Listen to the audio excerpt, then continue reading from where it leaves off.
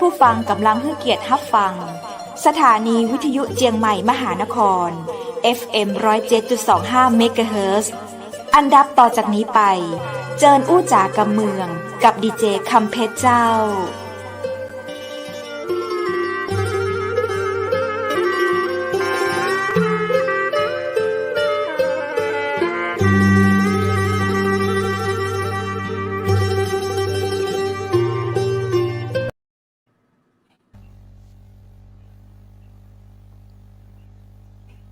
สวัสดีเจ้าสวัสดีคุณผู้ชมที่ฮักทุกคนทุกท่านยินดีต้อนรับเข้าสู่รายการอู้จากกำเมืองตังเจียงใหม่มหานครแพร่ภาพออกอากาศจากอาคารวังสิงห์คำคอนโดมิเนียมอำเภอเมืองจังหวัดเชียงใหม่เจ้าคุณผู้ชมเจ้า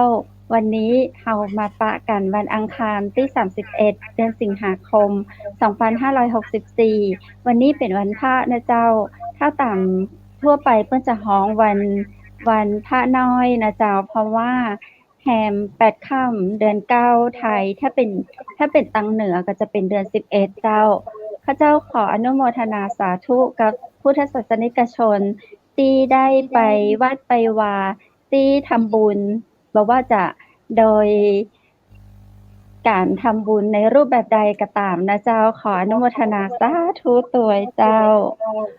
คุณผู้ชมวันนี้กับรายการอู้จากกำเมืองตังเจียงใหม่มหานครเช่นเคยนะเจ้าข้าเจ้าดีเจคำเพชรและดีเจวุฒินะเจ้า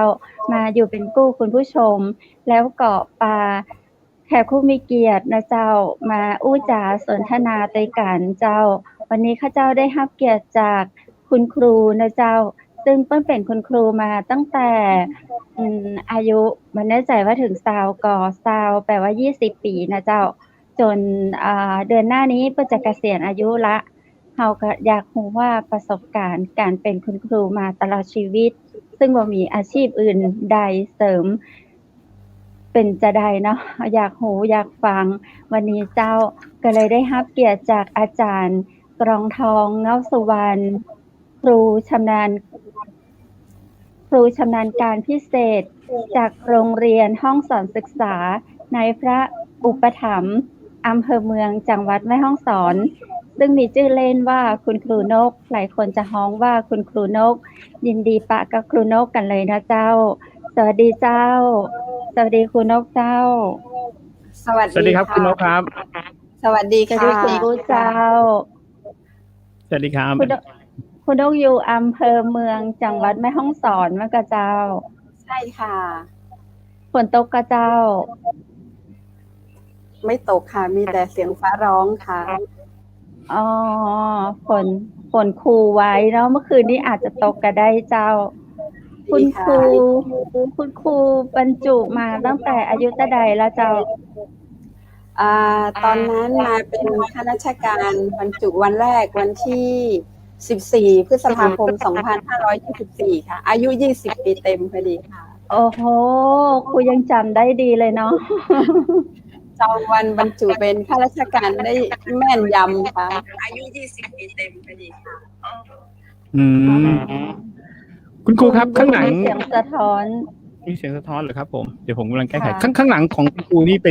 นที่ไหนครับผมรูปภาพเลยคะใช่ครับผม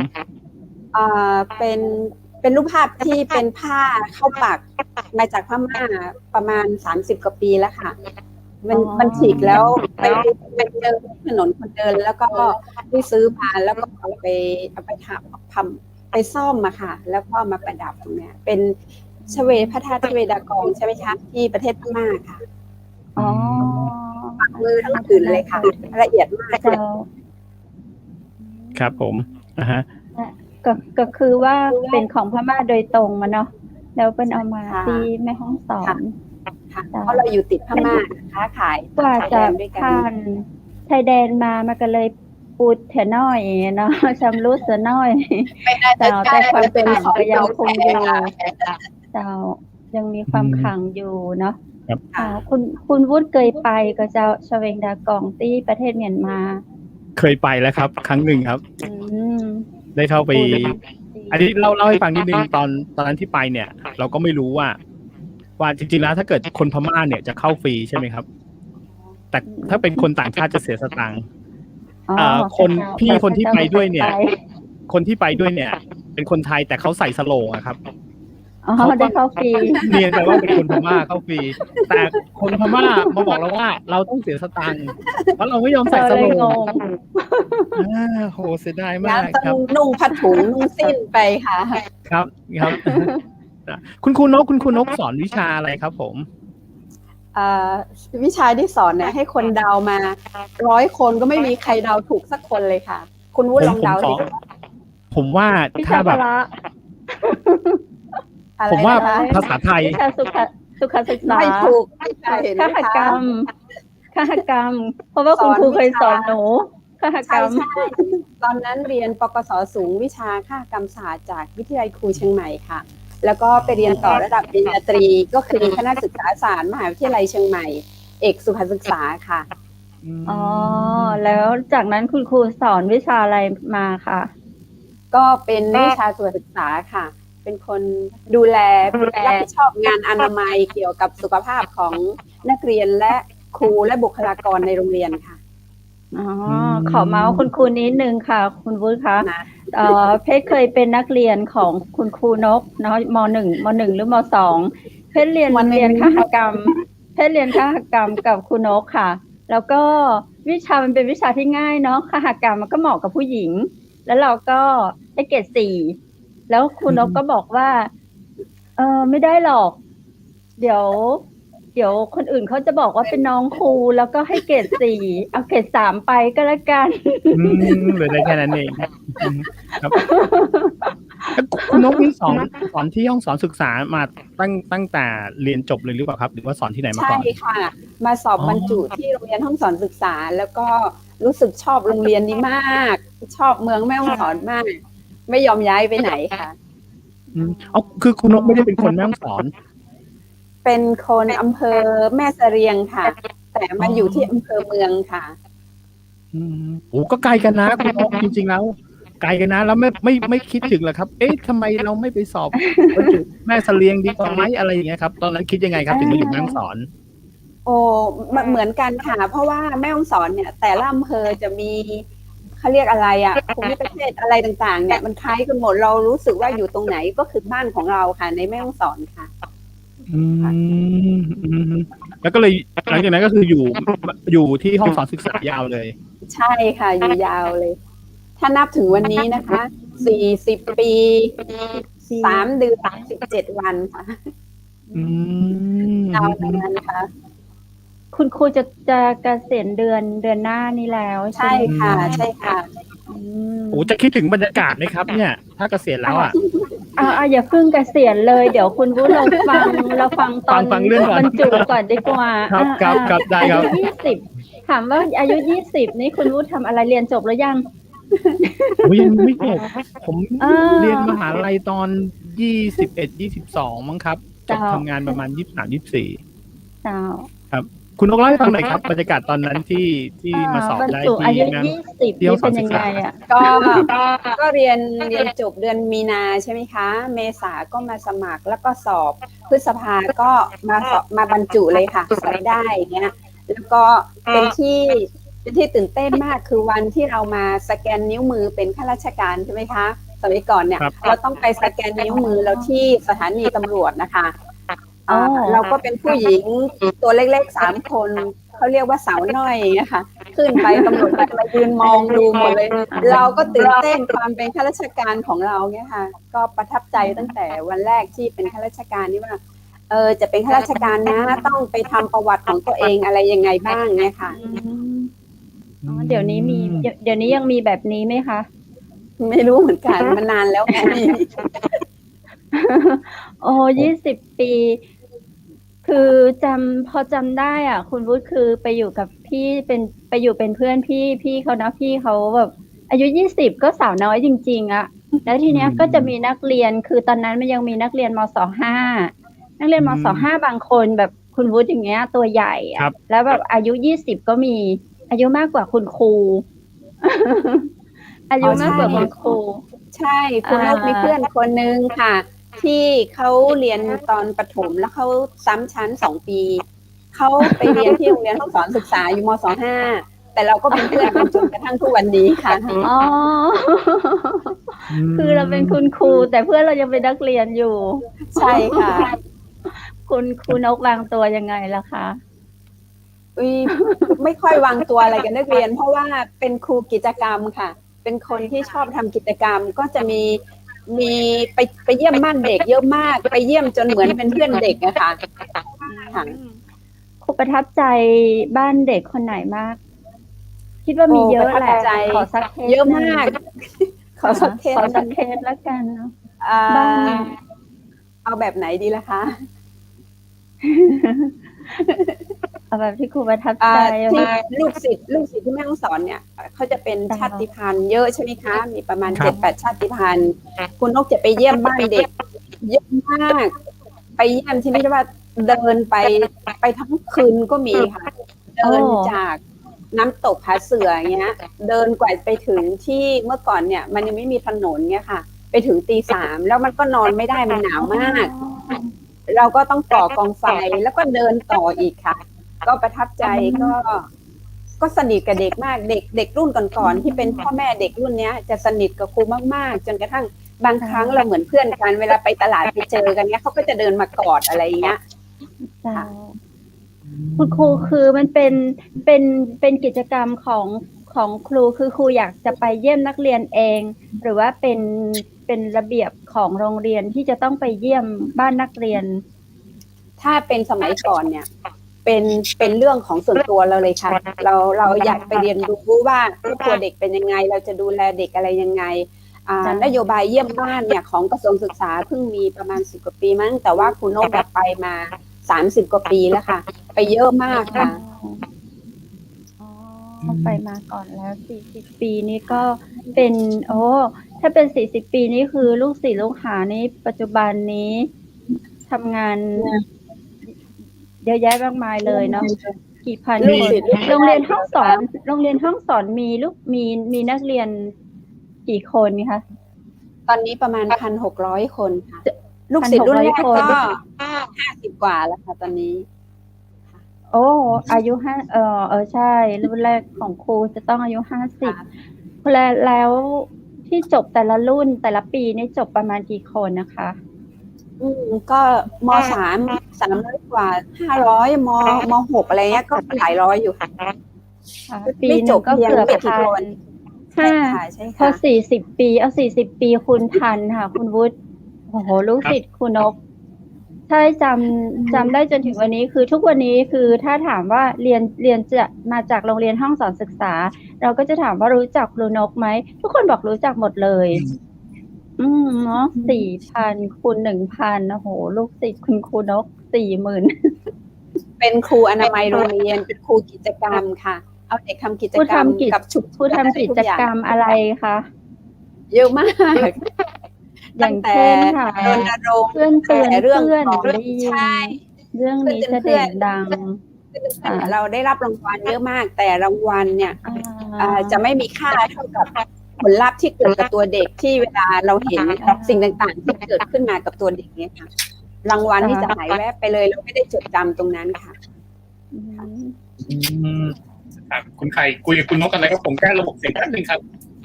ค่ะ คุณรุ่นขอลิงก์ทางไลน์ทางไลน์ CEO ด้วยค่ะคุณนกเล่าให้ฟังหน่อยค่ะ ความประทับใจของการจัดกิจกรรมที่ได้รับรางวัลต่างๆนะคะคุณนกประทับใจกิจกรรมอะไรที่สุดกิจกรรมที่คุณนกทำส่วนมากเนี่ยจะเป็นกิจกรรมที่เราเอาเด็กทำเขาเรียกว่าการทำงานเป็นทีมค่ะเพราะการทำงานเป็นทีมเนี่ยโดยคนไทยทั่วๆไปแล้วจะไม่ค่อยทำงานเป็นทีมกันคนไทยจะเก่งในเรื่องของการทำงานตามลำพังเดี่ยวๆอะไรเงี้ยแต่ว่ากิจกรรมของนกจะเป็นในเรื่องของการทำงานเป็นทีมเกือบทุกกิจกรรมเลยค่ะเพื่อที่ให้เด็กได้อยู่ในสังคมได้มีการให้อภัยได้มีความเอื้อเฟื้อเผื่อแผ่เป็นพี่เป็นน้องกันอยู่ในกลุ่มนะคะแล้วก็กิจกรรมจะสำเร็จอะไรเท่าไหร่เราไม่ได้นึกถึงผลลัพธ์ตรงนั้นเรานึกถึงผลลัพธ์ที่เด็กได้ร่วมกันคิดร่วมกันทำได้ร่วมรับผลประโยชน์ที่มันเกิดขึ้นมาหมายถึงสิ่งที่ดีๆที่เกิดขึ้นมาไม่ใช่รับประโยชน์เงินทองนะคะ ก็จะเป็นในทำนองนี้ค่ะ มีมีเด็กในกิจกรรมของเรา แล้วก็ได้รับรางวัลที่แบบไปถึงระดับประเทศอะไรแบบนี้มีไหมคะ เยอะมากค่ะสมัยก่อนที่กลุ่มเพื่อนๆเนี่ยไปรับรางวัลระดับประเทศเนี่ยเยอะมาก แต่ว่าเราไม่ได้คิดถึงตรงนั้นมากเราคิดถึงที่เขาได้ทำกิจกรรมแล้วก็มาใช้ในชีวิตประจำวัน ที่เขาได้บักเรียนต่ออะไรอย่างเงี้ยค่ะอย่างมีคนนึงที่จะยกตัวอย่างนะคะเขาชาติพันธุ์มงเขาเป็นเด็กที่ขยันอดทนมุ่งมั่นพูดเก่ง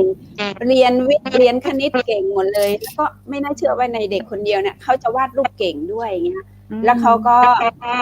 ไปเรียนด้วยทุนตั้งแต่วิศวะของปริญญาตรีปริญญาโทแล้วก็ไปจบปริญญาเอกที่ญี่ปุ่นกลับมาเขาก็ยังเดิมใช่ค่ะเป็นเด็กกิจกรรมของคุณนกตลอดก็คือเป็นการสอนเขาเรียกว่าอะไรทางจิตวิญญาณเนาะทางจิตใช่สอนทางคุณนกทางจิตเรื่องตรงนั้นมากไม่ได้เน้นในด้านของการวิชาการมากใช่ค่ะเกินไปถ้าเขารู้ตรงเนี้ยเองค่ะอย่างตอนเนี้ยคุณนกใช้ในเรื่องของสมาธิเข้ามาให้เด็กด้วยให้มันเหมาะกับสถานการณ์ปัจจุบันที่มันมีการเปลี่ยนแปลงอะไรอย่างรวดเร็วอาจจะทำให้เด็กเครียดเด็กซึมเศร้าเยอะเราก็ใช้เรื่องของสมาธิมาให้เด็กได้นำไปใช้ในชีวิตประจำวันค่ะเจ้าค่ะที่สอนครูสอนสมาธิด้วยตอนนี้ก็คือสอนที่โรงเรียนหรือว่าเป็นกิจกรรมข้างนอกเจ้าที่โรงเรียนเนี่ยในปีการศึกษา 2561-62 ที่ผ่านมาเราจะให้เด็กทำสมาธิในก่อนเรียนนะคะวันละ3 ครั้งครั้งละ5 นาทีก็จะได้ประมาณวันละ15 นาทีเด็กก็จะได้ทำเยอะแต่ปี 2563-64 มีโควิดเข้ามาเงี้ยกิจกรรมอะไรต่างๆมันก็หายไปแต่ว่าในคาบเรียนของครูนกเนี่ยเด็กจะต้องทำทุกคนค่ะเข้ามาแล้วบางทีครูไม่อยู่ครูไม่ว่างเด็กๆก็จะต้องนำกันเองทำสมาธิก่อนเรียนทุกครั้งอย่างน้อยให้เขาได้เพราะสมาธิเนี่ยทุกเพศทุกวัยไม่เกี่ยวกับศาสนาไม่เกี่ยวกับอะไรคนทุกคนเนี่ยควรจะมีสมาธิเพราะสมาธิก็คือการที่เรารวมจิตเราให้ตั้งมั่นให้แน่วแน่เพื่อใช้ในการเรียนใช้ในการทำงานใช้ในการตัดสินอะไรต่างๆถ้าเรามีสมาธิก็จะเกิดสติปัญญาเหมือนที่เขากล่าวไว้เพราะนั้นเราคิดว่าเราจะเกษียณแล้วที่เหมาะที่เราจะให้เด็กตอนนี้มันก็น่าจะคือสมาธินี่เลยเอาไว้ทำให้ชีวิตเขามีความสุข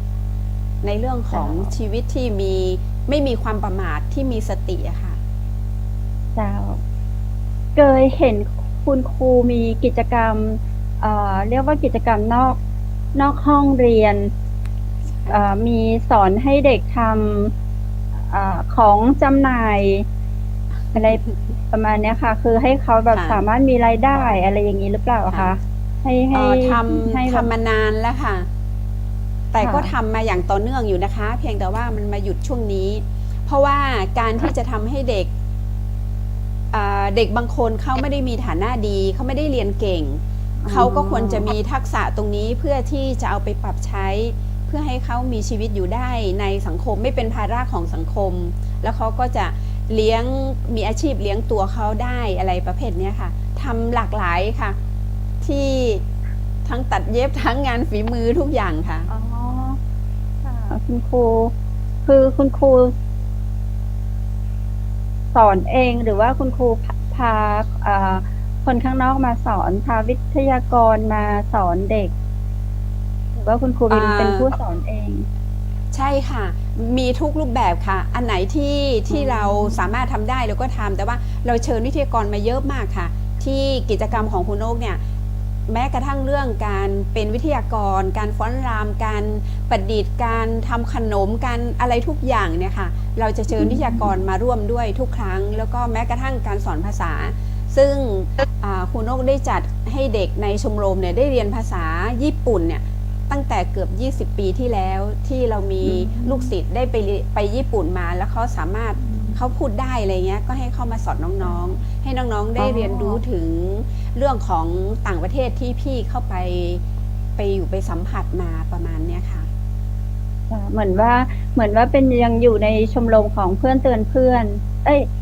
เหมือนพี่ ใช่ เตือน ค่ะ น้องพี่สอน ใช่ น้อง ค่ะใช่ค่ะพี่สอน ได้หมด น้ เล อง ย ในชมรมเพื่อนเพื่อนเนี่ยเราจะใช้กระบวนการพี่สอนน้องเลยค่ะ พี่ดูแลน้องอะไรอย่างเงี้ยค่ะ อ๋อจบไปแล้วก็กลับมาดูแลน้อง ค่ะ มีแบบว่าพี่ได้ทุนจนเรียนจบแล้วเอ่อเจ้าเดิมยังมามีให้กับรุ่นน้องต่อมาอีกอย่างนี้มีไหมคะ มีค่ะเราก็มีดีเนาะ ตอนสมัยก่อนเนี่ยเราจะมีทุนเยอะมากค่ะ แล้วก็ ค่ะ เพื่อนๆคุณนกบ้างคนที่รู้จักบ้างให้มา บางทีเขาให้มา 10,000แล้วก็ต้องไปหามาเพิ่มอีก 10,000 บาทนะเพื่ออะไรต่างๆพี่จบไปแล้วก็ให้น้องต่อหรืออะไรหลายๆอย่าง เพราะว่าเด็กที่ทำกิจกรรมเนี่ยอาจจะฐานะไม่ค่อยดีก็มีเราอยู่ร่วมกันเป็นพี่เป็นน้องค่ะ คุณครูประทับใจนักเรียนที่ประสบความสำเร็จ นอกจากเมื่อกี้เนาะมีจนได้เป็นด็อกเตอร์จากญี่ปุ่น ค่ะ อ่า ค่ะ แล้วมีในเรื่องอื่นอีกไหมคะ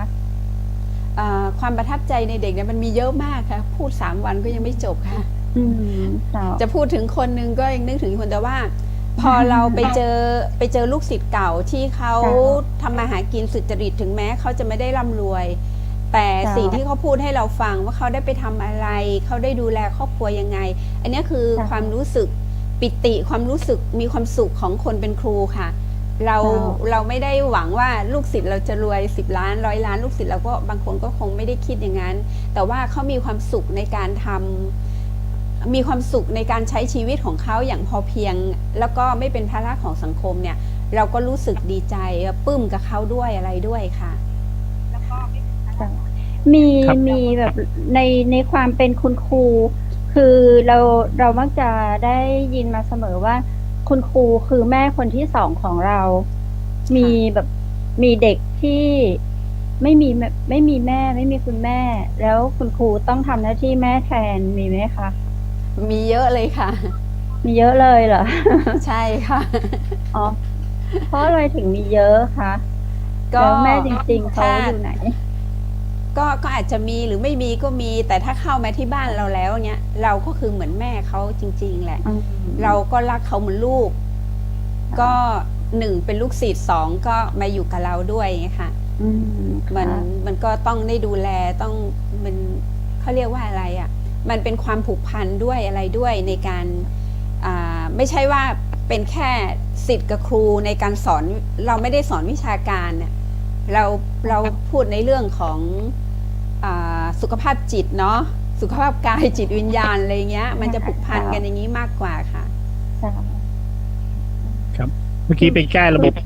บเสียงมา มีแฟนคลับคุณครูเข้ามาส่งข้อความมาให้เยอะเลยครับ ขอบคุณ คุณ มา ก็ ก ถา ค่ะ มว่า สติกับการใช้ชีวิตคู่กันได้ยังไงครับโอ้โหอันนี้เป็นคำถามคุณครูเลยนะครับ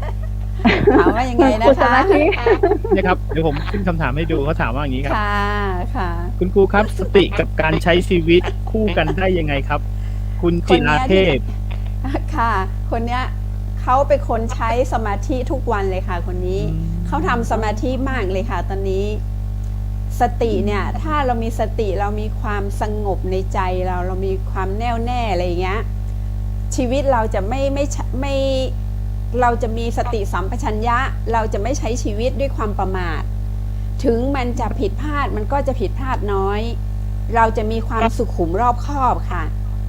แต่เราต้องหมั่นทำสมาธินะคะ เป็นของคนทุกคนต้องใช้ทุกวันนะคะ ครับตอนนี้นี่ผมย้อนกลับไปสมัยผมมัธยมเลยนะ ถามเลยนะครับ ค่ะ คุณครูเคยตีไหมครับเคยตีเด็กนักเรียนไหมครับ ตีค่ะตีเวลาเราโมโห ก่อนเรียนสมาธิเนี่ย ก่อนเรียนสมาธิก็จะมีอารมณ์เยอะค่ะ ด้วยความของมนุษย์ทุกคนใช่ไหมคะ อืม ก็จะตีจะพูดนู่นพูดนี่แล้วอยู่กับเด็ก แล้วเป็นคนมีพลังเยอะทำงานเยอะมากวันหนึ่งเราทำนอนตี 2ตี 2เกือบทุกวัน โอ้โห ทำกิจกรรมกับเด็กต้องสรุปงานทำอย่างเงี้ยมา10 ปี20 ปีแทบไม่มีวันเสาร์วันอาทิตย์ไม่มีวันหยุดปิดเทอมเราจะเป็นคนทำงานตลอดเวลา แล้วก็จะมีอารมณ์ ทีนี้พอเราไปเจอสมาธิมันเป็นที่สุดของ ความโชคดีของเราตอนนี้เราก็พยายามจะถ่ายทอดให้เด็กทุกคน ถ้าเราได้สมาธิแล้วเรามีความสุขจังเลยค่ะ ตอนนี้ค่ะ ก็คือหลังจากฝึกสมาธิมานี้ไม่เคยถือไม้เรียวอีกเลย โอ้ไม่เลยค่ะ เด็กๆไม่ถามหรอกครับคงไม่ตีผมเลยไม่สนุกเลย ปกติไม่ถือไม่เลียวหมายถึงว่าเราอาจใช้มือตีเขาเวลาทำอะไรเวลาเราโมโหเลยก็นานๆค่ะ ใครเจอเราตีนี่ปีหนึ่งอาจจะมี1 คนหรืออาจจะไม่มีก็ได้ในชีวิตที่เราจำมาได้เนี่ยเราไม่ค่อยทำแบบนั้น อาจจะเป็นคำพูดเนี่ยค่ะ ด้วยอารมณ์ที่เราไม่มีสติตอนนั้นไงค่ะ ครับโอ้เหนื่อยไหมครับครูเพราะว่าอย่างที่ห้องสอนศึกษาเนี่ยอย่างที่คุณครูได้ฟังครับ ก็คือมีนักเรียนที่แบบว่า ทั้งเผ่านี้ด้วยหมายถึงว่าคนทางคนดอยด้วยคนอันนี้ด้วยอย่างเงี้ยเราต้องใช้ภาษาอะไรสอนเขาแล้วก็เราสื่อกับเขาอะไรอย่างนี้ได้ไหมครับ ไม่ต้องค่ะเด็กเขาเก่ง เด็กห้องสอนพูดจริง ๆ แล้วเนี่ยเกือบ100%เด็กน่ารักมาก รู้สึกภูมิใจมากที่ได้อยู่โรงเรียนห้องสอนที่ได้อยู่กับเด็กๆเขาน่ารักจริง ๆ ค่ะ รุ่นก่อนๆยิ่งน่ารักรุ่นปัจจุบันก็ยิ่งน่ารักถึงแม้ว่าโลกภายนอกจะเป็นยังไง เมื่อเขาอยู่ในโรงเรี เด็ ย ก น ห้องสอน มื่ เด็ก ขา ห้อง ยู่ ส กับ อน เราอะไรเงี้ย คุณวุฒิน่า น่า รั รั ก กจริง น่า คน รัก ข้างล่างนี่คือข้างล่างนี่คือเด็กศิษย์เก่าห้องสอนศึกษา ใช่ ครับ ใช่ศิษย์เก่าห้อง เรียน สอน ตั้งแต่ ศึกษา ชั้นไหนถึงชั้นไหน คื ครับ ไปเรียนม.2 ค่ะม.2 ได้ได้ปีหนึ่งได้ปีเซี่ยวๆอะไรประมาณเงี้ยคุณวุฒิคุณนกก็น่ารักค่ะ คุณวุฒิคือแบบเป็นคุณครูที่แบบเปียผมอะเปียผม2 ข้างอะนึกภาพออกไหมคะ นึกออกเลยครับนึกออกเลย เปีย2 ข้างอะคุณครูอะ ๆเรียนจบมาใหม่ๆยังเป็นเด็กอยู่เลยเปียผมไปโรงเรียน ไม่กล้าแต่งตัวไม่กล้าทาแป้งอะไรใดๆทั้งสิ้น ตอนนั้นมีแวบๆไหมครับคุณครูว่า ห้องสอนศึกษาเนี่ย เราเปลี่ยนไปสอนเชียงใหม่มั่งดีกว่าไหมหรือเราเปลี่ยนไปสอนที่อื่นมั่งดีกว่าไหมเคยมีแวบๆไหมครับ มีค่ะ เพราะว่ามีโรงเรียนที่เชียงใหม่โรงเรียนดังโรงเรียนใหญ่เลยกับที่แพร่เนี่ยเขาไม่เห็นเราทำกิจกรรมเนี่ย ท่านผู้อำนวยการเลยเขาบอกว่าไปอยู่ไหมผมจะให้2 ขั้นเลยไปทำกิจกรรมตัวนี้ให้ผม ไป2 ปีก็ได้ไปเหอะเขามาขอ แต่เราติดอยู่ที่โรงเรียนนะคะเรารู้สึกว่ามันทำกิจกรรมกับเด็กได้อีกมากมาย แล้วเด็กก็น่ารักอะไรอย่างเงี้ยค่ะ อยากกลับบ้านก็ขับรถไป2 ชั่วโมงกว่าแล้วก็ถึงแล้วเงี้ยค่ะ เอาไปถ้าอยากกลับแม่เสลียง ค่ะ เลยครับใกล้ๆแค่นั้นเอง ค่ะ ใช่แต่ผมว่าจริงๆนะจังหวัดแม่ฮ่องสอนเป็นจังหวัดที่มีบุคลิกเฉพาะตัวนะครับผมเท่าที่ผมเคยไปสัมผัสเนี่ย ไป นะ แล้วแบบ ค่ะ ใช่คือทุกคนก็ ได้มีโอกาสทำงานร่วมกับคุณพ่อของคุณวุฒิด้วยนะคะ พี่ชายค่ะพี่ชาย ครับ อ๋อพี่ชายเหรอคะโอ้ย พี่ชาย ข ครั อบ โทษเลยค่ะ พี่ชายใช่เนาะลูกเขามีอยู่2 ลูกท่านมีอยู่2 คนหรือเปล่า ลูกท่านมี2 คนครับ ใช่ค่ะ ผม ทำ เป็น เรื่อง น้อง เกี่ยวกับสัญชาตินะคะ ของเด็กๆ ครับ คุณนกทำมานานมากทั้งโดนขู่โดนอะไรเยอะแยะไปหมด โอ้นี่แหละจะเล่าออกอากาศนี่กันนะ ไม่ได้เลยเล่าเป็นปีก็ยังไม่จบมันเยอะมาก นิดได้ไหมครับคุณนกว่าลำบาก ไม่ได้เดี๋ยวดราม่า ยังไง อุ้ยสุดๆเลยค่ะ แล้วครับผม เป็นคนเดียวที่ เหนื่ ใช่ อย ค่ะ ไปยืนอยู่หน้าอำเภอถึง5 โมงเย็นตั้งแต่เช้าหรือโดนด่าโดนทุกอย่างค่ะ เพื่อช่วยเด็ก คือประมาณอย่างนี้ใช่ไหมคะคือเคยได้ยินข่าวประมาณเหมือนแบบว่าเด็กจบม.6 แล้วเด็กจะเข้ามหาวิทยาลัย แต่ว่าไม่ ไม่ใช่ มี ค่ะ สัญชาติไทยอะไรอย่างนี้หรือเปล่าคะ อันนี้เป็นเคสน้อย แต่ว่าเคสนี้ต้องหลังไมค์ค่ะ เป็นเคสที่ระดับประเทศเลย ตั้งแต่ระดับผู้ใหญ่ของประเทศต้องโทรมาหาเราอะไรเงี้ยแบบจะช่วยเรายังไงอะไรเงี้ยค่ะต้องหลังไม โอเค ค์ ไม่ถามได้เลย แต่ก็ ถามว่า แต่เด็ก สำเร็จใช่ไหมครั ก็ บ สามารถเข้าเรียนได้ใช่ไหมคุณครูสำเร็จเนาะ สำเร็จ แล้วสำเร็จอย่างนี้ ไม่ใช่เข้าเรียน ดีใจเลยเหรอครับ โอ้ยดีใจมาก เด็ก วันนั้ ได้ นมัน เป็ เป็น น ตัว วัน แทน ศุก ไป ร์ ต่างประเทศค่ะ เราก็แบบได้บุญโอ้โหได้ไปถึงต่างประเทศด้วย ใช่ค่ะ น่าจะเป็นเคสที่ผมได้ข่าวมาเหมือนกันหรือเปล่า โอ้ยเป็นเคสที่ดังมากสมัยก่อน ครับ ตอนน้องที่ บ่ เชียงใหม่ ที่แบบ ยัง ว่า ไม่ เด็ก ดัง ส เล อบ ย แพทย์ได้อะไรอย่างเงี้ย สอบแพทย์ได้ หลาย แต่ เรื่ ไม่ อง มีสัญชาติอะไรอย่างเงี้ยเนาะ ครับ อืม วันที่เด็กได้เสร็จเรียบร้อยทุกอย่างเนี่ยเรานั่งร้องไห้กันเลยกับเด็ก อ๋อ ๆดี เห ใจ รอครับ มากอืม โอ้โห เนอะ ความเป็นมนุษย์ของเด็กไง อ่า ฟังแล้วขนลุกเลยนะครับ เท่า เนี่ย เทียม ค่ะ ได้สิทธิ์เท่าเทียมเราใช่ อย่าง ใช่ เรายังไม่เก่งไม่มีโอกาสได้ไป แต่เรามีครบทุกอย่างแต่เราไม่มีโอกาส เพราะเราไม่ได้เก่ง ขนาดนั้นโหนี่ผมนับถือคุณครูเลยนะครับ ที่บอกว่า อ๋อ ขนาดทางที่จังหวัดอื่นเอา2 ขั้นมาให้เชียวนะยังไม่ไปนี่จิตวิญญาณจริงๆนะ ใช่ จิตวิญญาณของครู ใช่ จริง ๆ นะ ที่แบบ เจ้า ตัดสินใจอย่างเงี้ยเป็นคนอื่นนะ ไปนะครับ ไปแล้ว ไปนะใคร แบบว่า ใครมาอยู่นั่งสอนบางทีแบบ2 เดือน 3 เดือนทำเรื่อง ใช่ ย้ายอยากไปแล้วอยาก ครับ ไปแล้วอะไรอย่างเงี้ย ไม่ทำงานแม่ฮ่องสอนมีความสุขค่ะ แล้วก็อย่าง อ๋อ ท่านอธิบดีกรมสามัญสมัยก่อนเนี่ย อืม ท่านคุณหญิงวรวรรณใช่ไหมคะคุณหญิง ครั กั บ สมาวรวรรณนา อื อ ม ยุธยาเนี่ยท่านเนี่ยขึ้นเครื่องบินมา เพื่อจะมาดูว่าคือมีฝรั่งมาดูงานที่โรงเรียนห้องสอนศึกษามาดูชมรมของคุณนกนะคะ แล้วก็เขียนจดหมายไว้ให้คุณหญิงต้องมาดูงานเราถึงที่โรงเรียนห้องสอนศึกษา แล้วแม้กระทั่งท่านตอนนั้นเขาเรียกอะไรรัฐมนตรีกระทรวงศึกษาไม่ใช่ค่ะ หลายท่านต้องมีจดหมายมาให้เราเงี้ยแล้วก็ใส่กรอบไว้อยู่ค่ะเยอะค่ะที่ว่าเราทำสอนวิชานี้แต่เราเอามาใช้ให้เกิดประโยชน์กับตัวเด็กยังไงนะคะมันเป็นความภาคภูมิใจของความเป็นครูค่ะ เราไม่ต้องอยู่ในตำราวิชาครูนกไม่ค่อยสอนในตำราเพราะ สิครับ ดีเลย เป็นเรื่องที่เอาไปใช้ในชีวิตประจำวันค่ะ ค่ะคือลักษณะคล้ายดร.กนกศักดิ์จากพิษณุโลกวันนั้นนะคุณวุฒิเนาะ ครับใช่ไม่ต้องอยู่ใน ลักษณะการสอนให้เรียนรู้อยู่กับชีวิตได้ ใช่ครับ ใช่ ประมาณนี้ ใช่ค่ะ คุณนกครับอย่างบริบทอย่างที่อย่างโอเคอย่างพื้นที่แม่ฮ่องสอนเนี่ยก็อีกแบบหนึ่งพื้นที่เชียงใหม่เนี่ยก็อีกแบบหนึ่งแต่เวลาเราเรียนศึกษาศาสตร์เนี่ยโอเคผมก็จบศึกษาศาสตร์มานะครับ ค่ะ ผมก็จะรู้ว่าเฮ้ยเราจะเรียนเกี่ยวกับเขาก็จะสอนเป็นกลางๆไว้ แต่ด้วยพื้นที่ตรงนั้นเนี่ยมันมีความแตกต่างกันมันมีความยากง่ายไหมครับที่เราจะต้องอัดแอปแต่ละวิชาเนี่ยให้มันเข้ากับพื้นที่นั้น ไม่ละค่ะจริง ๆ ศักยภาพของเด็กเนี่ยไม่ว่าจะอยู่ที่ไหนเขามีคล้ายๆกัน เพียงแต่เขาอาจจะขาดบางสิ่งบางอย่าง เราก็เลยต้องทำกิจกรรมตัวเนี้ยไปเสริมให้เขามองเห็นศักยภาพให้เขาดึงศักยภาพและให้เขามองเห็นคุณค่าของตัวเองออกมาแล้ว ทุกที่มันก็จะเท่ากันคือแม่ฮ่องสอนขาดตรงเนี้ยค่ะ ขาดคนเข้ามาทำตรงเนี้ยจะพูดไปแล้วเรื่องระบบการศึกษามันก็ไม่สามารถดึงเด็กได้เพราะเด็กห้องนึงมันมีเยอะต้องใช้กิจกรรมพวกนี้เข้าช่วยค่ะ ถ้าคุณนกเกษียณนี้ร้องไห้เยอะเลยนะเนี่ย ต่อไหมครับ เขาดีใจไปแล้ว ต่ออีกสัก5 ปี ไม่เกษียณไปแล้วเรายังไปทำกลุ่มเด็กต่ออีกค่ะ อันนี้ยังเป็นความลับอยู่ ใครอยากรู้ก็หลังไมค์ค่ะ ก็แสดงว่าคุณนกวางแผน เดี๋ยวหลังเกษียณแล้วคุณนกก็ค่อยมาคุยก็ได้เนาะหน้าไมค์หน้ากล้องแล้วก็ยิน ขอ ดี พัก ต้อน ผ่อ รั น บ หลาย ๆ เดือนก่อนนะคะ ช่วงโควิดนี้เป็นยังไงบ้างคะที่โรงเรียนห้องสอนศึกษา ทางโรงเรียนเขาก็ทำตามนโยบายเนาะแล้วก็ดูแลเด็ก เราก็มีเวลาที่มีโรคระบาดมันมาใกล้ ๆ ในพื้นที่เราอย่างเงี้ยเราก็ใช้วิธีการสอนหลาย ๆ รูปแบบให้เด็กอยู่ที่บ้านเรียนนี่ค่ะ ครับ แล้วแต่ว่ายังไงเพราะเด็กบางคนเขาก็ไม่มีเครื่องมือไม่มีอะไรจริง ๆ แล้วก็ออนแฮนด์ไปก็ให้เด็กเป็นใบงานเป็นอะไรไปค่ะ และคุณนกครับ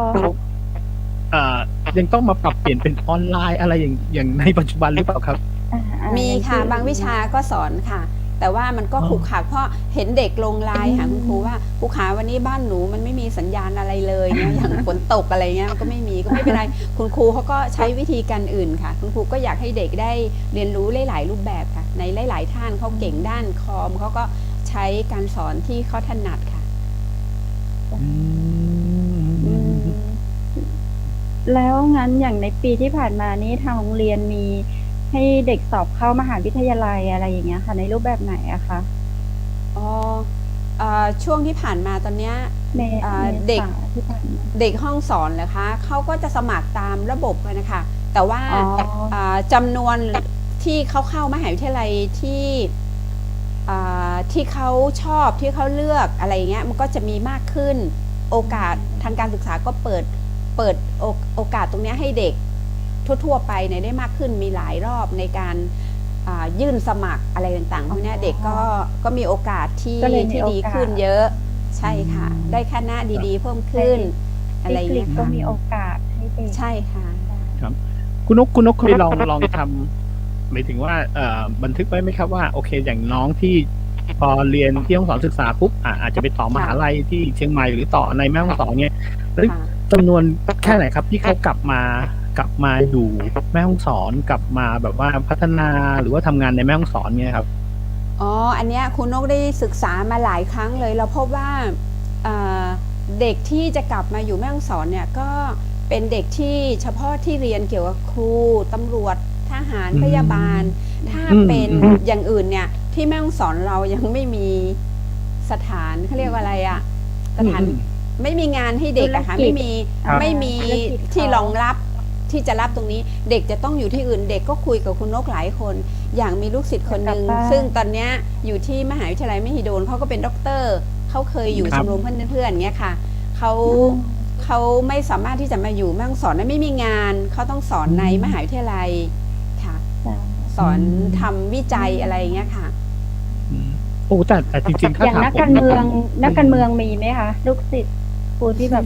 กลับมาแล้วมาเป็นนักการเมืองก็มีแล้วชมรมเพื่อนเตือนเพื่อนเนี่ยเป็นชมรมที่คุณนกสร้างคุณนกเป็นคนทำขึ้นมาใช่ไหมคะแล้วถ้าหากว่าคุณนกเกษียณไปยังจะมีชมรมเพื่อนเตือนเพื่อนนี้อยู่ไหมคะจริงๆชมรมเพื่อนเตือนเพื่อนเนี่ยเป็นนโยบายของกรมสามัญค่ะแต่ว่าเขาให้เด็กโรงเรียนทั้งประเทศเลยนะคะมัธยมศึกษาโดยกรมสามัญเนี่ยให้คัดเด็กมาเพื่อเข้าอบรมและเป็นแกนนำเพื่อไปทำกิจกรรมในโรงเรียน4ด้านป้องกันยาเสพติดป้องกันเอดส์ป้องกันการทะเลาะวิวาทและป้องกันการพนันบอลพนันอะไรต่างๆทีนี้พอ 3-4 ปีเมื่อหมดยุคของผู้กำหนดนโยบายเนี่ยกิจกรรมชมรมตัวนี้ก็หายไปแต่ครูนกเนี่ยเห็นว่ามันดีค่ะครูนกก็ทำมาเรื่อยๆตั้งแต่ปี 2537 จนกระทั่งปี 2542 พอ 2512 เราเปลี่ยนจากชมรมเพื่อนเพื่อนมาเป็นองค์กรเพื่อนเพื่อนเมืองสามหมอกอันนี้ครูนกตั้งเองเลยกับเด็กๆในชมรมเพื่อนเพื่อนของครูนกเพื่อดูแลชมรมเพื่อนเพื่อนทั้งจังหวัดเรามีจังหวัดเดียวในประเทศไทยที่ยังมีชมรมเพื่อนเพื่อนอยู่แล้วชมรมเพื่อนเพื่อนก็มาทำกิจกรรมในเรื่องยาเสพติดของ To Be Number One แล้วเราก็ได้เข้าร่วมได้ช่วยตรงนี้มายาวนานก็จะทำต่อไปอีกเรื่อยๆในเรื่องของกลุ่มเยาวชนนี้ค่ะแต่คือเป็นองค์กรละเป็นองค์กรที่แยกจากโรงเรียนใช่ค่ะแต่ดูแลเด็กอยู่เพราะฉะนั้นหลังจากครูนกเกษียณเนี่ยครูนกก็จะกลับมาทำตรงนี้เพราะว่าจริงๆแล้วมันไม่มีงบก็ขอสนับสนุนเนาะบางครั้งได้งบมา 10,000 ครูนกต้องไปกู้เงินมากู้สหกรณ์ออมทรัพย์มาเพื่ออบรมทำบ่อยจนเด็กในชมรมที่อยู่กับเราจะรู้ดีแต่คนข้างนอกจะมองว่าเราได้รับเงินจากที่อื่นเราได้รับค่ะอย่างเช่นหน่วยงานภายนอกจากต่างประเทศเข้ามาให้ทีละ 8,000 กับ 13,000 เราได้แค่นี้แต่เราใช้ทำกิจกรรมไปหมด 50,000 กว่ากับเด็กในหมู่บ้านแต่เราก็ไม่ได้ไปบอกใครเพราะว่ามันเป็นเงินเราเหนื่อยอยู่แล้วขี้เกียจไปพูดต่อไงค่ะเข้าใจเลยกิจกรรมแบบนี้คุณนกครับคุณนกคงได้เห็นบรรยากาศของการสอนตั้งแต่สมัยถ้าเปรียบประมาณ20 ปีที่แล้วนะครับผมจนมาถึงยุคนี้ครับคุณนกคิดว่าการศึกษาของบ้านเราเนี่ยครับมันเปลี่ยนอะไรไปยังไงบ้างครับเราต้องตามให้ทันยุคทันสมัยนะคะเมื่อก่อนเขาบอกครูคือเรือจ้างใช่ไหมคะแต่มันไม่น่าจะใช่แล้วตอนนี้เพราะว่าหลายๆอย่างเด็กรู้มากกว่าเราอาจจะเป็นพี่เลี้ยงคอยเคียงคู่ไปกับเด็กบางอย่างเราอาจจะมีประสบการณ์จากการที่เราเรียนมาเราก็เรียนรู้กับเขาพลาดเราก็เข้าไปเสริมหรือไปดึงให้เขาเห็นว่าเขามีอะไรดีๆให้มันเบ่งบานออกเยอะๆเลยค่ะเมื่อลูกศิษย์เขาเห็นตัวเองเขาเบ่งบานเขามีความสามารถอะไรเนี่ยมันเป็นความสุขของน่าจะเป็นความสุขของคนเป็นครูในอนาคตนะคะครับผมเข้าใจนะครูตอนนี้ก็เปรียบเสมือนเหมือนเป็นโค้ชอย่างเป็นโค้ชนักฟุตบอลใช่ค่ะใช่ค่ะคือตัวเด็กมีอะไรในตัวแต่บางทีเขามองไม่เห็น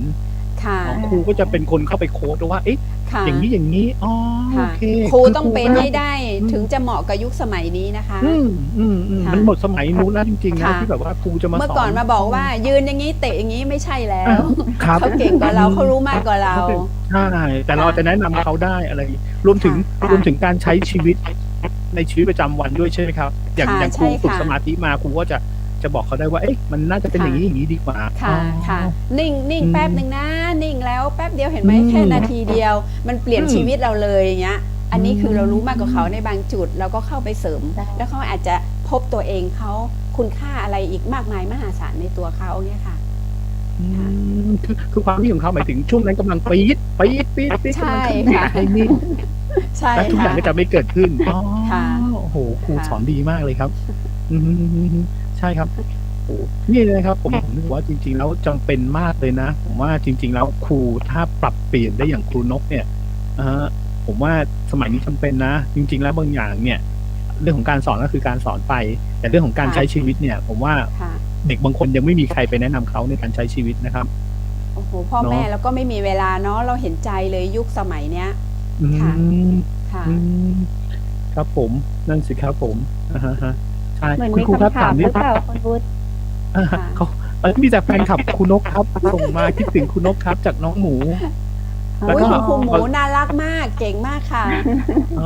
แล้วก็อีกท่านหนึงครับ คุณไทยจาตุรพรเนี่ย ไม่อยากเชื่อเลยครับว่า 60 แล้ว ก็ คน ก็คิดในใจ 60ยังหน้าเด็กอยู่เลย เออ เคล็ดลับ ถ้า เคล็ดลับ เกษียณน่าจะถ้าเกษียณแล้วน่าจะเบ่งบานกว่านี้ค่ะ อ๋อใช่ครับผมเห็นด้วยครับอย่างพี่ชายผมเนี่ยตอนเป็นผู้ว่านะครับ หน้าดำคล้ำเครียดมากเลยนะครับ แต่พอช่วงนี้แกเกษียณปุ๊บนะแกดูหนุ่มกว่าเดิมอีก เลยค่ะ เนี่ยแกจะมาคุยกับรายการเรา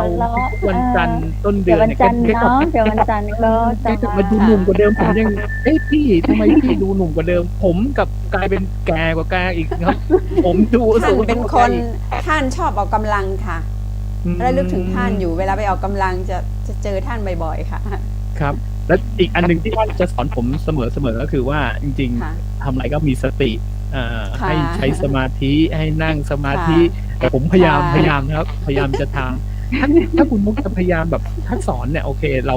นอกห้องเรียนก็นอกห้องเรียนแหละในห้องเรียนก็อีกแบบนึงไงถ้าจะสอนเด็กๆตอนนี้ครับ ถึงการใช้ชีวิตเนี่ย เราควรจะยังไงครับ ผมตอนนี้นะณปัจจุบันนี้เลย ก็ให้เด็กมีสติอย่างเดียวนะคะ ถ้าไม่มีแล้วคือรอบตัวเขาจะเปลี่ยนไปหมดเปลี่ยนเร็วมากทุกวินาทีเห็นไหมคะ ในโลกโซเชียลเนี่ยมันจะมีอะไรมากระทบเขาตลอด ถ้าเขาไม่มีสติมันกระทบปุ๊บมันก็ไปเลยกระทบปุ๊บก็ไปเลยนะคะสติอย่างเดียวที่จะทำให้เขายังคิดว่า เอ้ย ตรงนี้มันจริงไหมมันใช่ไหมเราจะเชื่อข่าวนี้ไหมเราจะทำเหมือนคนอื่นทำไหมแค่เนี้ย ให้เขามีสติและให้เขาคิดได้ก็แค่นั้นแหละค่ะ แต่ถ้าเขามีสติเขาคิดแล้วเขาทำอาจจะผิดพลาดน้อยลงค่ะ ครับ ก็ได้คำสอนจากคุณนกมาเหมือนกันประมาณอย่างเงี้ยค่ะคุณวุฒิเวลามีปัญหาเรื่องอะไรอย่างเงี้ยค่ะ คุณนกก็จะให้สติอะไรอย่างเงี้ยค่ะ นิ่งนิดนึงนิ่งนิดนึง ค่ะ สตังค์ไม่มีสติก็สบาย มัน ค่ะ ก็แบบเราก็ดึงตัวเราได้ค่ะ เราได้ยินคำว่าสติสติเราอยู่ไหนอะไรเงี้ยแล้วก็รีบดึงมา ใช้ได้ดีเนาะ ครับ เดือนหน้า เมื่อกี้ ไวจังเลยอ่ะเนาะ40 ปีเหมือนไวมากคุณนกรู้สึกเหมือนไวไหมคะ ไม่ค่ะ จริงๆเนี่ยอยากทำงานอยู่นะ แต่ตามวัยมันมีความเหนื่อยยังอยาก เข้าใจเลย ทำอีกตั้งเยอะ หลายคนมาถามว่าคุณนกเนี่ยเดี๋ยวเกษียณแล้วคุณนกจะต้องเหงาโอ้โหคุณนกนึกในใจ คุณนกมีสิ่งจะต้องทำเกือบ20อย่าง อยากทำนู่นอยากทำนี่มันยังอยากทำไปหมดเลยค่ะ ตอนนี้ ครับผมเข้าใจเลยนะ ผมเห็นครูอย่างวันนั้นเนี่ยตอนที่อยู่แม่ฮ่องสอนผมก็เห็นไปดูที่โรงเรียนบ้างเงี้ย ผมรู้เลยว่าจริงๆแล้วข้าราชการเมืองไทยหรือข้าราชการโอเค อาจจะเป็นไม่รู้ว่าเป็นที่แม่ฮ่องสอนหรือเปล่า ผมเห็นข้าราชการเนี่ยทำงานกัน7 วัน ใช่ค่ะ ครับโอ้โหผมเห็นแล้วแบบเอ๊ะคุณครูก็ยังต้องมาโรงเรียนคุณครูก็ยังต้องมาโอ้โหผมยังงงเลยว่าเอ๊ะทำไมคนอื่นนี่ถ้าเสาร์อาทิตย์นี่เขาหยุดเลยนะอ่าฮะ คุณนกนี่ ใช่ครับ ห่อข้าวไปทานโรงเรียน3 มื้อเลยตั้งหลายปีเลยค่ะ โอ้โห เช้ากลางวันเย็น 2 ทุ่ม 3 ทุ่มยังอยู่โรงเรียนเที่ยงคืนยังอยู่โรงเรียน โอ้เหรอครับ มีบ่อยมาก ทำอะไร ค่ะ คะ คุณครู ก็ ทำ ทำ อะ กิ ไร จ อก รรม ยู่คะ ช่วงทำกิจกรรม อย่างไปจัดกิจกรรมวันเด็กเนี่ยคุณนกทำกิจกรรมวันเด็กครั้งแรกเลยที่โรงเรียนแม่สลอบเมื่อปี 2538-39 เนี่ยทำมาตลอด แล้วก็เราทำกับข้าวไปเองอะค่ะมันมีความสุขตี 2คือเราหั่นผักเราทำอะไรไว้ตี 2แล้วก็ไปผัดไปห่อไปใส่กล่องอะไรเงี้ยแล้วเราไปแจกมันเป็นความสุขมากค่ะบางโรงเรียนเนี่ยที่เราเคยไปแล้วเรานั่งร้องไห้เลยพ่อแม่พาเด็กเดินมาตั้งแต่ตี 4เพื่อมารอเราไปจัดวันเด็กให้เขาเมื่อก่อนไม่มีใครไปจัดแล้วพอเราไปเนี่ยเรายกหม้อข้าวหม้อแกงไว้เนี่ยเราตักให้เขาทานอะไรเสร็จเราทานร่วมกันเสร็จที่มันเหลือเขายังบอกว่าขอใส่ถุงไปมันอร่อยเรานั่งร้องไห้โอ้ยฝีมือเราอร่อยกันอย่างเงี้ย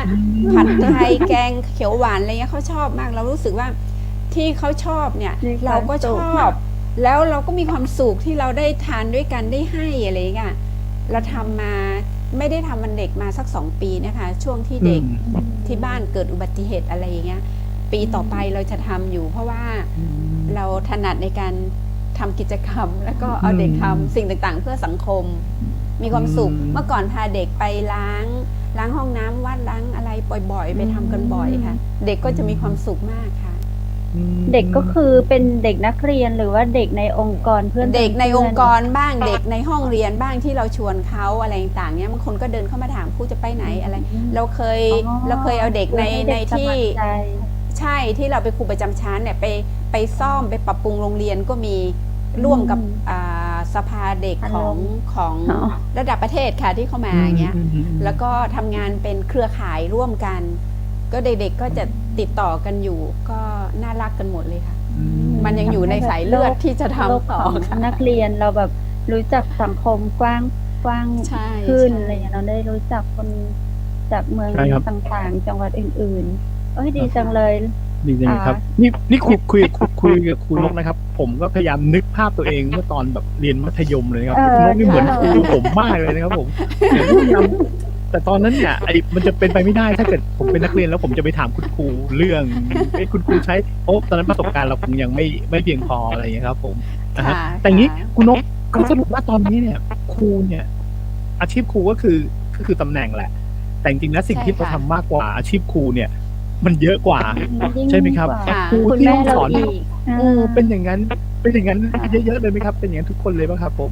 เยอะค่ะอย่างครูนกเนี่ยทำกิจกรรมเยอะจนไม่ค่อยสนใจในเรื่องของตำแหน่งอะไรที่เราจะได้เขาเรียกว่าเงินประจำตำแหน่งแล้วก็มีลูกศิษย์คนนึงเนี่ยเขาก็มาบ่นที่บ้านตลอดเขาทำงานอยู่หน่วยงานหนึ่งเขาบอกว่าครูผมจะช่วยครูทุกอย่างเลยขอครูทำอย่างเดียวจริงๆเราก็ทิ้งเงินไปตั้งเยอะเราไม่ทำเรามีโอกาสทำมา10 ปีเราไม่ทำเหมือนเราทิ้งเงินไปประมาณ1 ล้านบาทค่ะลูกศิษย์ก็บอกว่าก็ต้องใช้เงินตัวเองต้องไปกู้เนี่ยทำตรงนี้ด้วยผมจะตอนที่เราทำผลงานเนี่ยก็มีเด็กๆมานั่งเป็นกำลังใจมานั่งช่วยพิมพ์ช่วยเก็บช่วยอะไรตลอดจนกระทั่งเราได้ตำแหน่งเราก็พอใจแค่นั้นนะคะในตำแหน่งของผลงานทางวิชาการเราไม่ต้องการเพิ่มอีกเพราะเราคิดว่าสุขภาพเราเนี่ยจะต้องดีเพราะเรายังจะทำงานเพื่อเด็กต่อไปอีกตราบใดที่เรายังมีแรงอยู่เพราะนั้นเราพอใจตรงนี้เราพอใจแค่นี้ค่ะภูมิใจไปกับเด็กแม่ห้องสอนเนาะถ้าลูกหลานเราอยู่ตรงนั้นเราก็รู้สึกแบบดีเลยสบายใจได้มีคุณครูดีๆอยู่ครับเราเป็นคนคิดอะไรไม่เราก็คิดในสิ่งที่เราชอบแล้วเรามองเห็นว่ามันเกิดประโยชน์กับคนนู้นคนนี้ไงแล้วก็ทำไปด้วยความสุขทำแล้วมันมีความสุขจริงๆสุขจากการให้อ่ะค่ะดูหน้าตาถึงมีคนคอมเมนต์มาไงว่า60ได้ไงหน้าตาแบบนี้นี่สอนเด็กนักเรียนก็ยิ้มอะไรอย่างนี้หรือเปล่าครับนี่ยังเครียดเยอะอยู่นะคะเครียดอะไรคะออกรายการเราสนุกออกเนาะไม่ใช่เป็นข้าราชการมันต้องอยู่ในระบบระเบียบเนาะเราก็ต้องมีวินัยอะไรต่างๆเนี้ยเราจะทำอะไรในบางอย่างที่มันจะเป็นกิจกรรมสำหรับเด็กอะไรเงี้ยเราก็ต้องคิดถึงผู้ปกครองเขาที่จะพาเขาไปนู่นไปนี่แต่ถ้าเราเกษียณแล้วเราอยากทำอะไรกับ กับเพื่อนกับลูกศิษย์ที่เขาโตแล้วเพื่อไปทำเกี่ยวกับในกลุ่มเด็กในชนบทไกลๆเงี้ยมันจะมีความสุขอีกรูปแบบหนึ่งมันน่าจะเป็นความสุขจริง ต้องควบคุม ๆ ใช่ค่ะใช่ค่ะใช่ค่ะ โอ้โหเห็นคุณนกพูดแล้วแบบอยากไปด้วยเลยครับถ้าไปถึงหมดโค เดี๋ยว วิด เชิญไว้ก่อนเลย คุณวุฒิจะต้องชอบมาก ถ้า เดี๋ ได้ ยวไป ฟัง ถ่ายภาพ ตรงนี้ ตอนเขาทำโครงการตอนเขาท ค่ะ ำองค์กรเนาะตอนเขา ค่ะ แบบมีองค์กรมีงานอะไรนะเลี้ยงวันเด็ก ค่ะ มีกิจกรรมอะไรอย่างเงี้ยคุณวุฒิเราไปตอนช่วงที่แบบหมอกสวย โอ้โห ๆไป นี่ ได้ทำรายการ ครูหมูนี่ส่งข้อความมายาวมากเห็นหน้าจอไหมครับ ผมอ่านให้ฟังได้ครับ รู้สึกมีความสุขทุกครั้งที่นึกย้อนไปตอนเป็นครูที่ห้องสอนศึกษา อ๋อ ได้ทำงานร่วมกับคุณนกและเด็กๆที่น่ารักประทับใจมากครับ ตอนนี้เด็กชายสุชาตินะครับ ที่ได้ทุนมาเรียนที่ราชภัฏอุตรดิตถ์ออกฝึกสอนแล้วนะครับ คุณนกไม่นานก็คงได้กลับไปรับใช้บ้านเกิดน่าภูมิใจครับอ๋อแสดงว่าครูหมูนี่เป็นคน สุชาติ ครั เป็ บ นเด็กน่ารักมาก เป็นเด็กชาติพันธุ์ แต่เป็นเด็กที่ขยันที่เรียนเก่งที่ดีค่ะ น่าจะเรียนครูด้วยนะคะค่ะ อืม เห็นบอกว่า โอ้แต่ก็ดี จะได้กลับไปเป็นครู กลับไปเป็นครู น่าจะเป็น โอ้นี่ คนในพื้นที่เนาะ น่าจะเป็นคนในพื้นที่นี่จริงๆแล้ว ตอนเด็กๆเราเนี่ยเวลาเราเรียนเนี่ยคุณครูนี่คือไอดอลของเราเลยนะครับแบบผมมีความรู้สึกว่าตอนนั้นน่ะผมไม่อยากเป็นครูพละมากตอนนั้นแบบแหมครูพละนี่มันเท่นะใส่กางเกงวอร์ม คุณนกเป็นครูพละ คุณนกเป็นหัวหน้า ศึกษ หัวหน้ากลุ่มสาระนี้แหละค่ะ เพิ่งลาออกเพราะจะเกษียณ อืม คุณ รับ คุณครู ผมว่า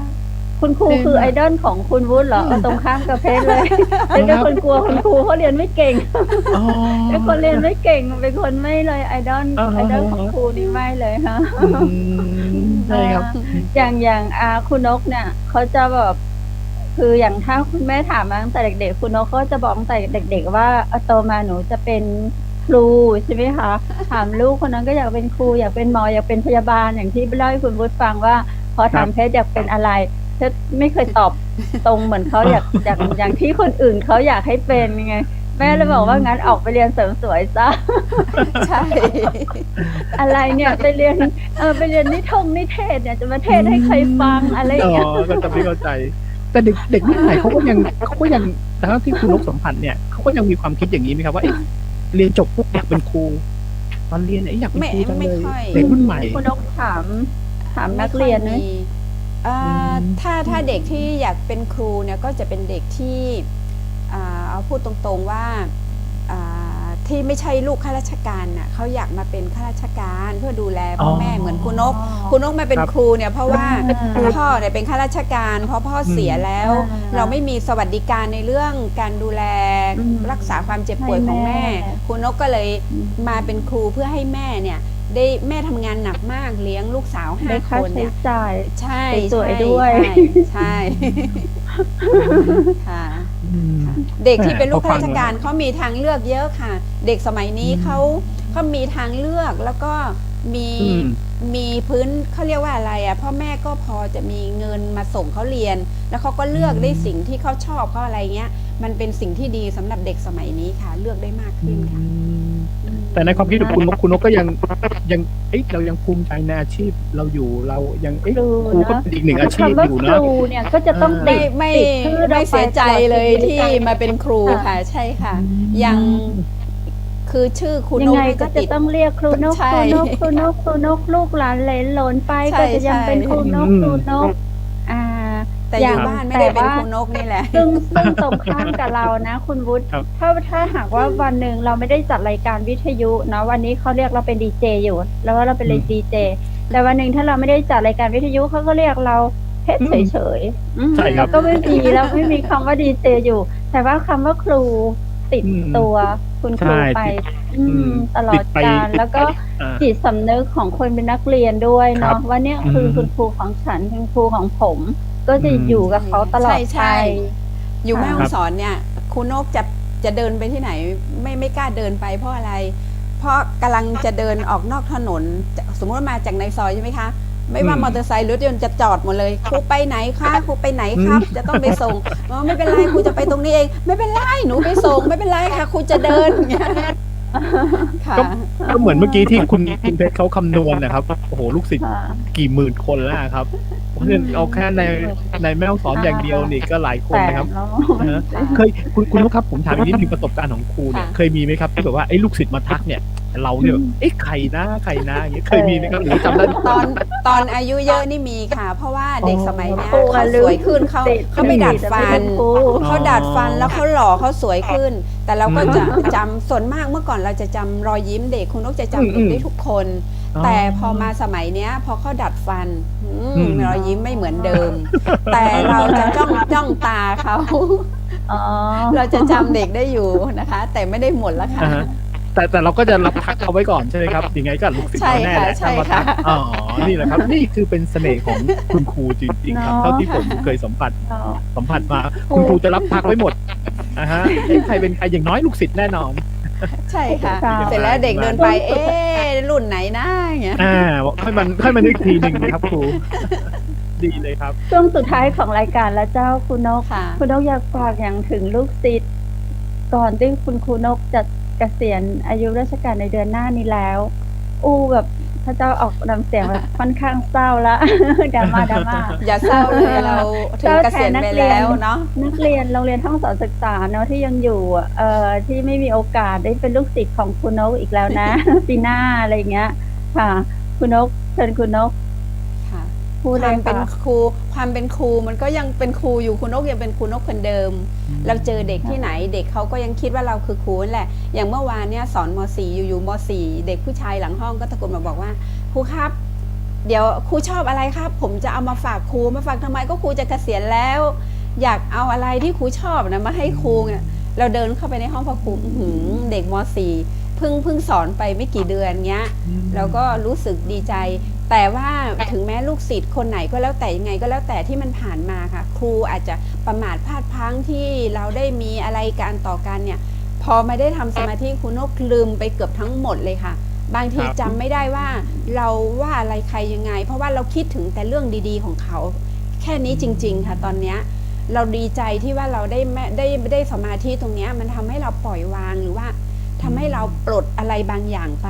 แล้วเราก็ดีใจว่าถึงแม้เกษียณไปแล้ว เรายังจะทำสิ่งดีๆต่อไป อันนี้มันอยู่ในใจเรารู้สึกดีมากค่ะตอนนี้ค่ะ ครับ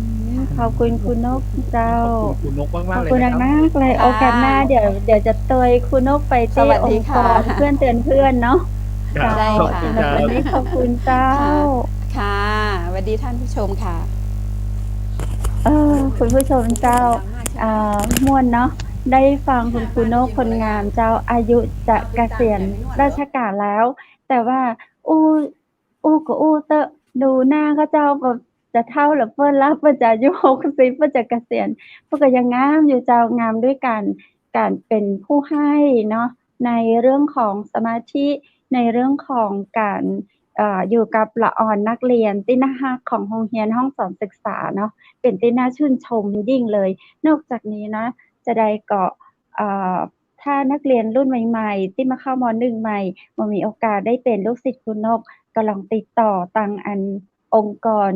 เพื่อนเตือนเพื่อนอย่างที่คุณนกเพิ่นบอกว่าถึงแม้จะเกษียณไปแล้วเพิ่นก็ยังจะมีกิจกรรมดีๆให้กับละอ่อนอยู่นะเจ้าเนาะวันนี้น่าเสียดายอยากอุตส่าห์กับคุณครูแห่งจัดนักละคุณครูคนงาม คุณครูคนเก่งแล้วก็เป็นคุณครูที่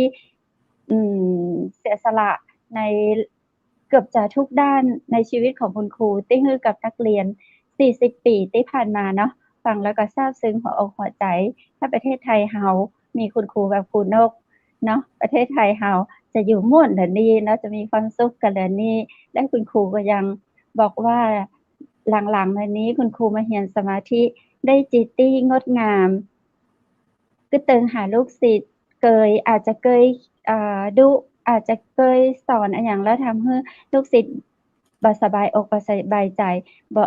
บ่ติดอยู่ในจิตใจของคุณครูเลยสักน้อยก็คงเหมือนแม่นั่นเนาะเหมือนกับคุณแม่คุณพ่อทุกคนน่ะรักลูกอะรักเท่ากันนะแต่บางเทื่อคนนี้มันลึงมันหายก็จะตีให้น้อยอะเนาะคนนี้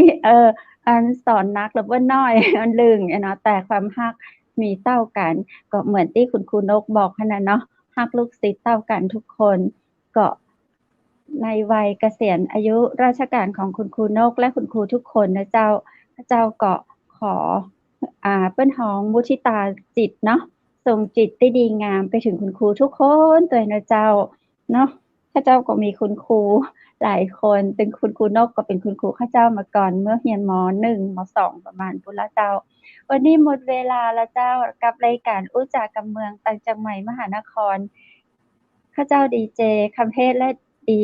เจวูดก็ต้องขอขอบคุณสปอนเซอร์ใจดีนะเจ้าครัวปินโตเจียงใหม่นะเจ้าเปิดบริการทุกวันสามารถโทรไปถามเมนูอาหารเพื่อเปิ้นส่งตามบ้านได้นะเจ้าครัวปินโตเจียงใหม่ส่งอาหารรอบๆอำเภอเมืองจังหวัดเชียงใหม่ตึงในตัวเมืองแล้วก็รอบๆอำเภอเมืองโทรไปที่0818843354นะเจ้าและขอบคุณโรงแรมแม่เสลียงเวียงงามนะเจ้าเปิดบริการตลอด24ชั่วโมงเจ้าวันที่1วันพรุ่งนี้เนาะทางรัฐมนตรีเปิ้นก็จะคลายล็อกเรื่องของมาตรการทางโควิดโรงแรมก็จะได้มีโอกาสแล้วก็มีเวลาไปแอวที่ฮั่นที่นี่กันเพิ่มขึ้นก็อย่าลืมนะเจ้าแวะมาตังแม่เสลียงก็นึกถึงโรงแรมแม่เสลียงเวียงงามโทรศัพท์หมายเลข0536214444เจ้า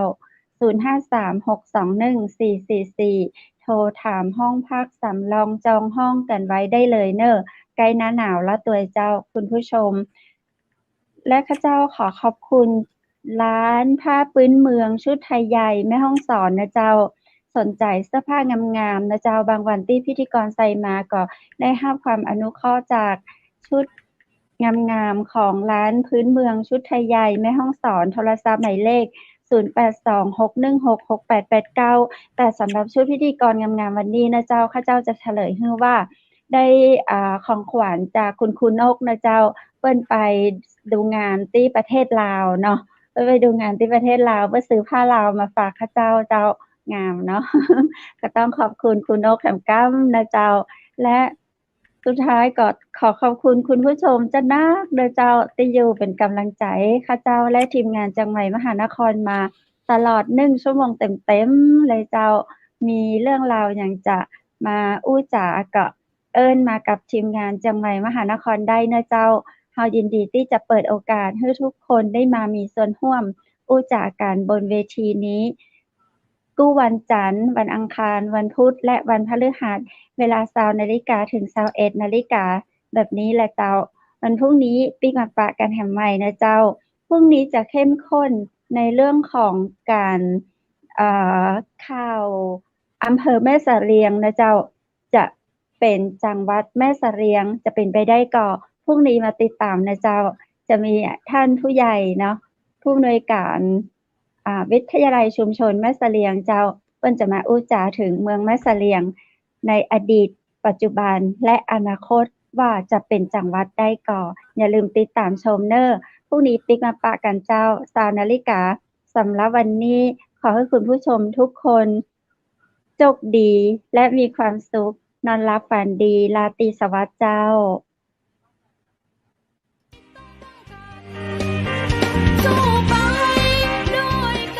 สถานีวิทยุเจียงใหม่มหานคร